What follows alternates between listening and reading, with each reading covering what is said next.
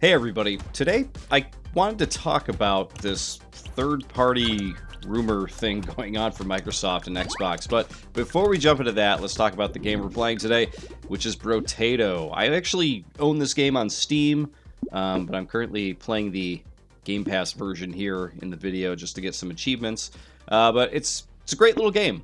I haven't played like a hell of a lot of it, but I played enough of it to know that I like it. It's one of those great games. It's like, hey, I got like a half hour to play games tonight, and I can jump in and, do a run or two of this and just, feel like I had some fun playing games. Like, it's a very easy, like, Vampire Survivors style game. You just kind of walk around and it auto shoots and kills enemies.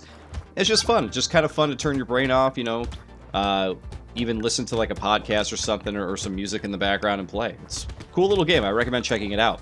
But anyways, guys, I want to talk about this third-party Microsoft thing going on. It's just come out recently that, people have been data mining some of Microsoft's games, their first-party games, and people have been, seeing clues that they may be releasing these games to, say, like Nintendo Switch or the PS5.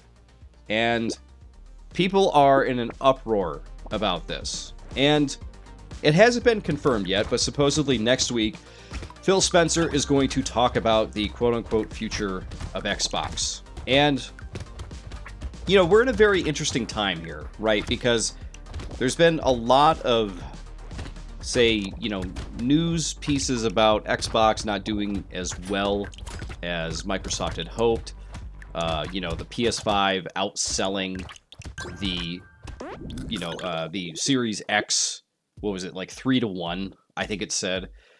So at this point, I really don't know how bad things are for Microsoft and Xbox. I mean, at this point, if their, Series X is selling that badly, that would be, two console generations in a row where their system isn't doing that great. Phil Spencer has gone on record, in interviews saying like, they're happy with the performance, even if it's not, even if they're in third place, they're doing well type of thing.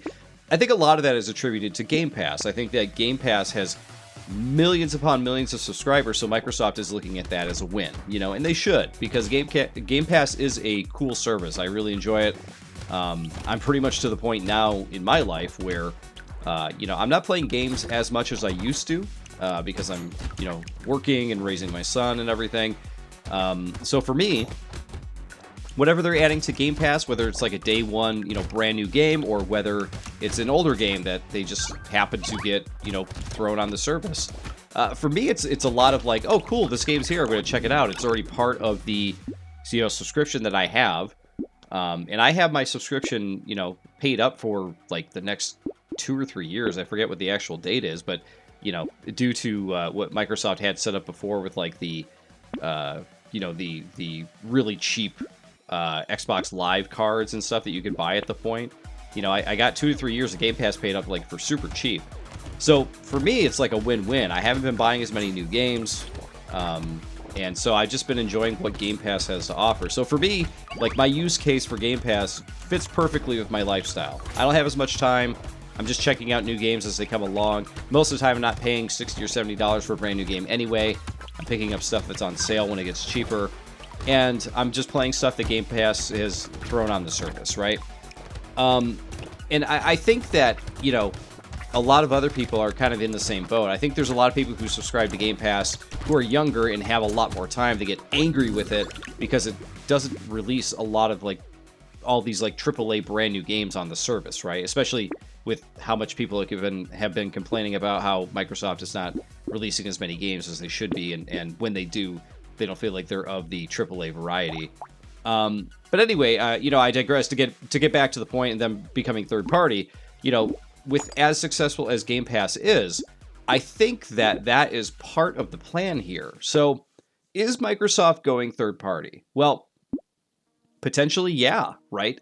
It's something that could happen. It's something that might happen. Who really could say, right? Starting next month, Xbox could just all of a sudden start, selling like crazy, and, they could completely change their path. But I think for right now, this is going to go... It could go one of several ways, right?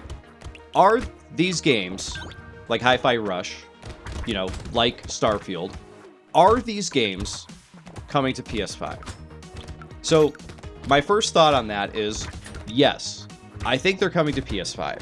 But the data mining that people are doing and finding in these games to find PS5 doesn't necessarily say that the game itself is going to be a full-fledged release on PS5. It could be that somehow, miraculously, Microsoft has, you know, formed a deal with Sony, maybe Nintendo as well, to bring Game Pass to those consoles, right? So I think that that might be scenario number one. Scenario number two is these games are legit coming to the systems. And the reason they're legit coming to the systems is because Microsoft is trying to get Game Pass on these systems. Since Game Pass is their big ticket right now, it's their most successful thing they've done, you know, probably since the 360. It is the thing that they are leaning hard into right now. They want that thing on as many things, you know, as many consoles and as many, you know, sticks out there, as many TVs as they can find, right? Get more users, somehow get people signed up for this thing and paying for it, right? Let's make it even more successful. That's the plan. And can you really blame them with how good it's, you know, been for them so far? I mean, I really can't.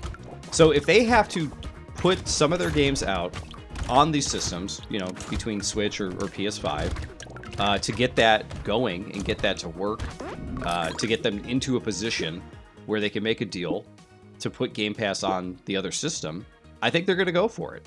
This is why they've been experimenting with their cloud gaming system for years on end at this point, right? It's not perfect, but you can play games on it. Like, I was in a situation recently where I was in an airport and I didn't have anything to do, so I pulled out my phone, and within seconds I was playing like Vampire Survivors on my phone. And was it the best scenario to play on? No, of course not. Like, there's a little bit of input lag and everything, but with an easy to play game like that where you're literally just moving a character around, you know, similar to Brotato here, it's a very easy game to argue for, to, you know, play with a little bit of input lag. You know, it's not the perfect scenario to play this game. It's a game that fits that scenario, and I was like, wow, it's so cool that I could just like pull my phone out, access my, you know, my Xbox account, and I could just play Vampire Survivors here in the airport. Like, it's ridiculous where we're at in 2024 here, isn't it? Man, compared to where we were as I was a kid. But yeah, I think that that's scenario number two. Scenario number two is that they're taking the hit to sell, taking the hit, quote unquote, to sell more copies of their games on other systems, to try to get Game Pass on there, right? So worst case scenario here, though, is that scenario three is that, yes, they're going to become a third party. They're going to get out of the console market completely, and they're going to move on to just being a software-only company, which would probably be fine for them, you know, because at this point they have so many studios and they have Game Pass.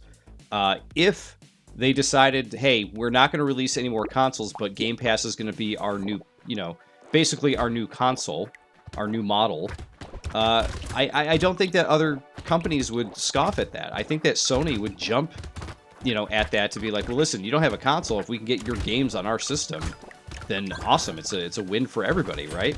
And, you know, I could definitely see Xbox going the way of Sega. You know, that's what Sega did all those years ago, you know, when they had the Dreamcast stuff happen. So, you know, scenario number three, they go third party. Yes, I could see it happening. And they're, you know, probably prepping all their games to make sure that they work on these other systems, right? Could you imagine playing something like Gears of War? Because Gears of War was one of the other games that came up as a possibility to show up on these other systems. Could you imagine playing Gears of War on, like, Nintendo Switch or something? It's just such a weird place. It brings me back to, like, the days when I remember when I was much younger and Smash Brothers was, like, you know, the thing, you know, on 64 and then later on the GameCube. And yeah, I remember on internet forums people saying, like, oh, I want Sonic the Hedgehog in this game. We're like, oh, it's never going to happen, you know. And then all these years later, we have all these third-party characters in Smash Brothers, which is just crazy, right? because back then people were not playing that way. They were not playing nice, and you know, it's like they say, I guess money talks, right? You put up enough money, you're gonna get your character into Smash Brothers.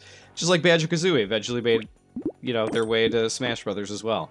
Microsoft property, right? But yeah, I find this to be a really interesting scenario. I feel like anything could happen here. I'm really interested to see what Phil Spencer is going to say next week about what's going on with Microsoft and their games and stuff.